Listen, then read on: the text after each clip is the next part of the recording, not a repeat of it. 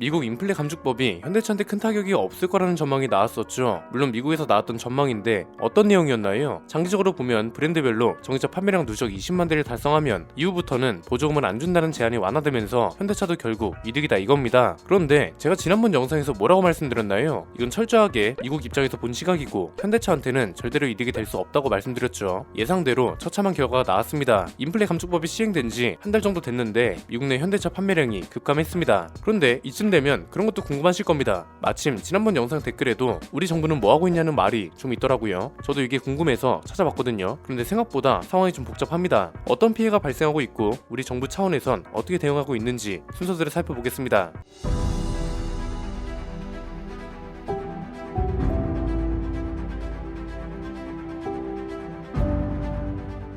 최근에 현대차 공영훈 사장이 산업통상자원부 국감 증인으로 출석했습니다. 다른 내용은 볼 필요도 없고요. 인플레 감축법 관련 내용만 볼 겁니다. 여기서 현대차 측이 뭐라고 했냐면 인플레이션 감축법상 보조금 액수가 상당히 커서 고객 입장에서 현대차를 선택하기 어려운 장벽을 만나게 됐고 판매에도 상당히 영향을 많이 미치는 상태라고 말했습니다. 그리고 미국 현지에서 생산하지 않을 경우 상당한 판매 감소로 이어질 것이다. 법 개정이 잘 되길 희망하지만 개정이 되지 않을 경우 상당한 타격이 예상된다. 이렇게 말했습니다. 우리가 지금까지 우려했던 걸 현대차도 똑같이 인지하고 있는 거죠.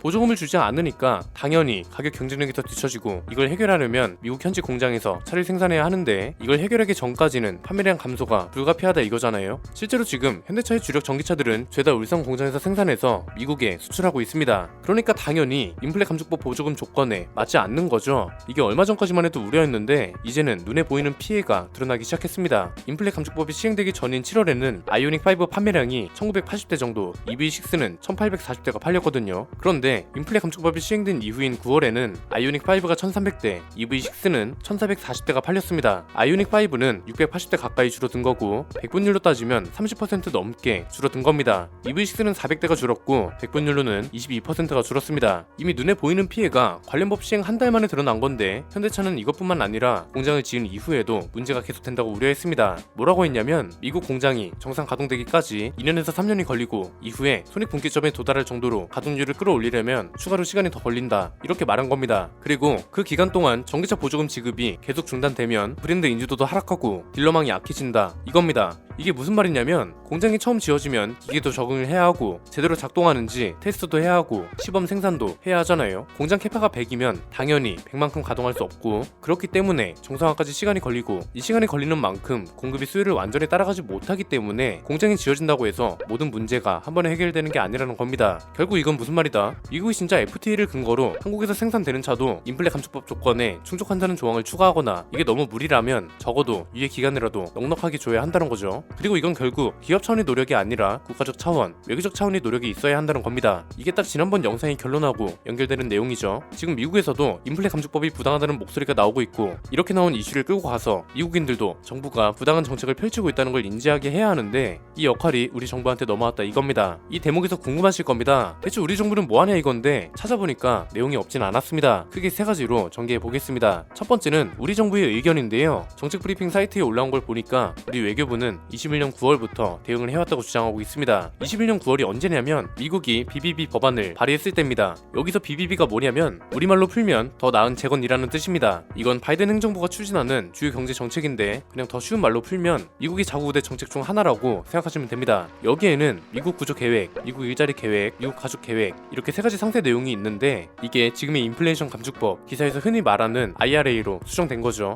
우리 외교부도 뭐라고 발표했냐면 IRA는 BBB를 수정한 새로운 내용이 법률이라고 말했습니다. 그러니까 인플레 감축법으로 수정되기 전에 BBB 법안 발의 때부터 적극 대응을 해왔다 이건데 두 번째는 그러면 어떤 대응을 했냐 이겁니다. 이것도 정책 브리핑 내용이 있습니다. 일단 대선 전에 인수위가 출범했을 당시 그리고 한미정책협의단이 미국 방문을 준비했을 당시를 언급했습니다. 이게 올해 3월하고 4월인데 이때 BBB 법안과 관련한 우려 사항하고 미국 의회에서 경제 관련 정책에 대해서 어떤 얘기가 오가는지에 대한 동향을 인수위에 보고했다고 합니다. 여기서 말하는 인수위는 뭔가요? 대통령 당선자 그러니까 당시 윤석열 당선인이 대통령직을 원활하게 인수하기 위해서 구성하는 위원회죠. 이건 무슨 소리다. 윤 정부도 최소 올해 4월부터 IRA가 문제가 될 거라는 걸 인지를 했든 안 했든 어쨌든 보고를 받았다 이겁니다. 그리고 뭐라고 했냐면 이때 당시부터 한미정책협의단이 활동을 하고 우리 정부가 노력한 결과가 이번 인플레이션 감축법에 반영됐다고 합니다. 무슨 내용인가 봤더니 BBB 법안에 노조가 있는 미국 내 공장 생산 전기차에 대한 추가 세액 공제라는 조항이 있었는데 이게 인플레 감축법으로 바뀌면서 빠졌다는 겁니다. 이게 뭐냐면 그냥 그런 겁니다. 미국 공장, 그 중에서도 노조가 결성되어 있는 미국 공장에서 생산된 전기차에 한해서 세금을 감면해 준다는 겁니다. 이걸 우리 정부가 노력해서 삭제됐다는 거죠. 세 번째는 그래서 이게 어떤 결과를 가져왔냐는 건데 결과적으로는 어떤가요? 세금 감면이 문제가 아니라 이제는 그거보다 더 큰 보조금 문제가 떠오른 거죠. 결국 우리 정부가 무슨 노력을 했든 직접적인 피해 자체는 없어지지 않았고 오히려 새로운 해결 과제가 주어진 상황이라는 겁니다. 이런 상황이 놓인 와중에 첫 번째 해결 기회가 최근에 왔다 갔죠. 해리스 부통령이 방한했잖아요. 이때 윤석열 대통령하고 대화를 나누면서 한국의 우려를 이해한다고 밝혔다고 합니다. 그런데 이거 말고는 발표된 내용이 아직 없습니다. 이게 이번 부통령 방한에서 아쉬운 부분 중 하나입니다. 만약에 긍정적인 이야기가 나왔다면 정부 차원에서 발표를 했을 겁니다. 예를 들면 이런 겁니다. 최근 미국 IRA와 관련하여 우리 국민과 기업들이 많은 우려를 하셨다는 것을 우리 정부도 인지하고 있습니다. 우리 정부는 실제로 해당 내용을 해결하기 위해서 올해 인수위 당시부터 많은 노력을 해왔습니다. 그러나 지금까지 미국 측에서 뾰족한 해답을 내놓지 못했고 IRA 정책이 시행되면서 우리 기업이 피해도 현실이 되기 시작했습니다. 이와 관련하여 해리스 부통령 방한 당시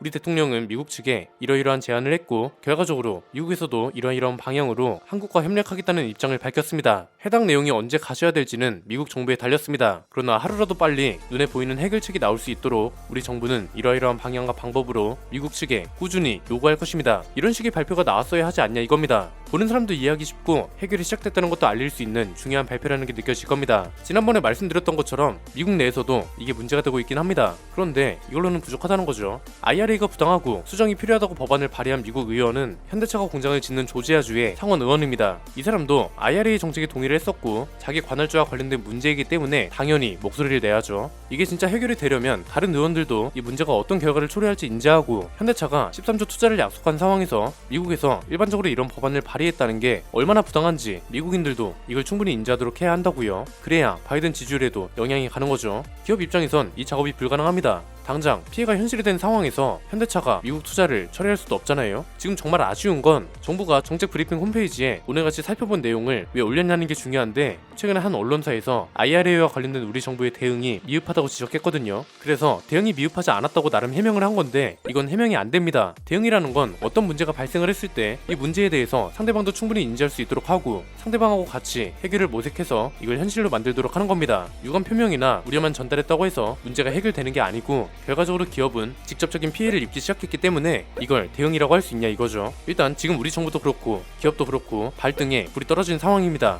이걸 이렇게 말하는 사람도 있더라고요. 야, 테슬라도 보조금 못 받게 우리가 먼저 장난질한 건 생각 안 하냐? 이런 건데 이게 말이 되는 주장인가요? 테슬라 전세계 판매량이 105만 대나 됩니다. 이 중에 한국 판매량은 18,000대도 안 됩니다. 테슬라한테 우리나라는 고작 2%도 안 되는 작은 시장이라는 거죠. 미국이랑 중국은 자국 우대 정책으로 우리 기업들을 압박하고 어떻게든 그 나라에 맞게 움직이도록 하는데 우리나라 보조금을 조금 수정했다고 해서 인플레 감축법을 가만히 보고만 있자? 이게 말이 되는 건가요? 테슬라가 우리나라 보조금을 부당하게 생각했고 잘못됐다는 걸 인지했다면 가격을 수정하거나 아예 반대로 판매를 중단했을 겁니다. 그런데 오히려 가격은 가격대로 올리고 수요도 끊이질 않고 있습니다. 그래서 이걸 무슨 우리가 먼저 때렸기 때문에 미국이 보복한다고 하는 건 아닌 것 같고요. 지금 현대차도 이미 움직였고 나머지 역할은 정부한테 넘어갔습니다. 우리 외교부가 FTA 조건을 위반했다는 목소리를 아주 잘 내줬습니다. 미국의 파워가 너무 강하고 자칫하면 피해가 더 커질 수 있기 때문에 무조건 강하게 나가라고는 당연히 못합니다. 그런데 지금보다 더 치밀하게 움직여줄 필요는 분명 있는 건 맞습니다. 미국이 원하는 바가 뭔지 이걸 들어주면 우리의 피해는 최소화하면서도 IRA 문제를 해결할 수 있는 방향을 심도 있게 논의해 주시길 정중하게 건의드립니다. 오늘 내용은 여기까지입니다.